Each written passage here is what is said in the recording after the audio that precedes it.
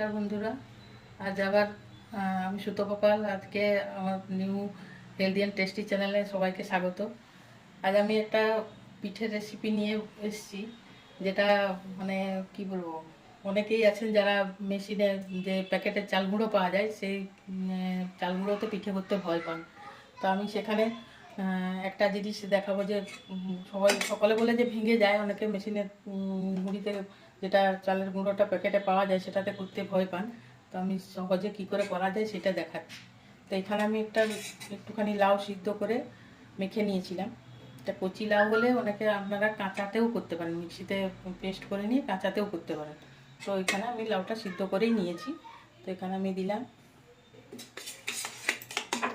2 cup মতো চালের গুঁড়ো দিলাম। কিছু না, এটা সহজেই হয়। 2 কাপ 1.5 কাপ মতো চালের গুঁড়ো দিয়েছি, ঠিক আছে। এবারে আমি এখানে একটু পেঁয়াজ, আদা, রসুন, লঙ্কা সমস্ত কিছু বেটে একটু নেড়ে রেখেছিলাম কড়াতে। এটা দিলাম, এটা মিক্স করতে হবে।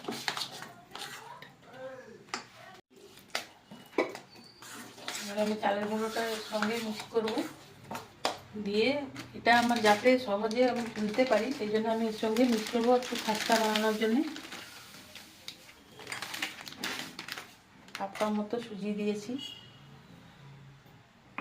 আর একটু 1 কাপ মতো ময়দা।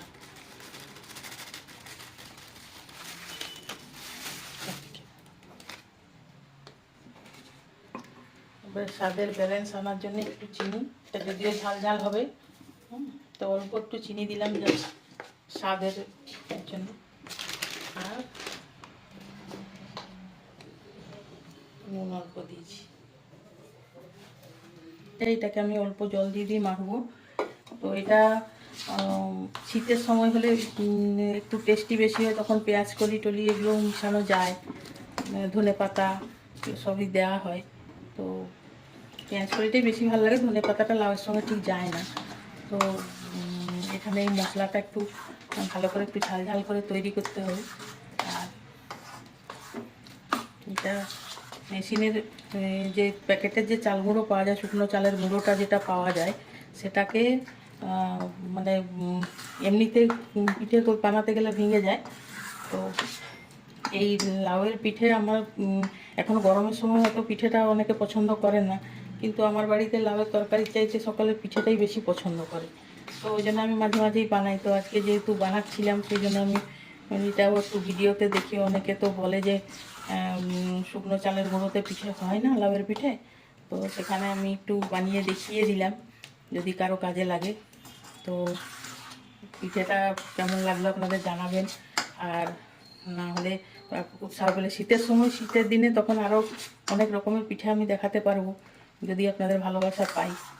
তো এটাই ছিল বানানোর তৈরি। এবার আমি এটাকে ভাজবো। এবার আমি তাওয়া বসিয়ে দিয়েছি, তাওয়াটা গরম হয়ে গেছে। এখানে আমি যে তেল দিলাম, আমি রান্নায় সব দিনই ভেস্টিজের রাইস ব্রান অয়েল ব্যবহার করি। তো এখানে আমি তেলটা দিলাম, ভালো করে তাওয়াটাই ইয়ে করে দিয়ে মিশিয়ে। এবার আমি গোলাটা তাওয়াতে দিলাম একটুখানি দিয়ে, এবার এরকমভাবে মিলে দিলাম।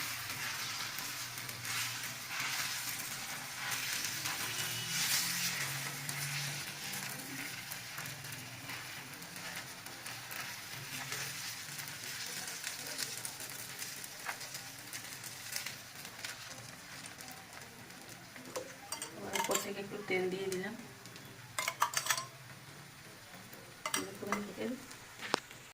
হ্যাঁ, এই পাশটা এবারে হয়ে গেছে। আমি এবারে এই উল্টে দিলাম। এবারে আর একটু তেল দিয়ে দিতে হবে। কে কোথা থেকে দেখছেন জানাবেন, আর যদি ভালো ভালো লাগে তাও কমেন্ট করবেন। আশা করি টেস্টি, খেতে খুবই ভালো লাগে। লাউটা আমরা অনেকে তরকারি খেতেও পছন্দ করি না, কিন্তু পিঠে হলে আমার বাড়িতে তো সব তরকারির চাইতে বেশি পিঠেটা পছন্দ করে। তো আপনারা করে খান, ভালো লাগবে। আর চ্যানেলটা সাবস্ক্রাইব করে যাবেন, বেল আইকনটা দাবিয়ে যাবেন, যেন পরে কোনো রান্নার রেসিপি আপনারা নোটিফিকেশান সঙ্গে সঙ্গে পান।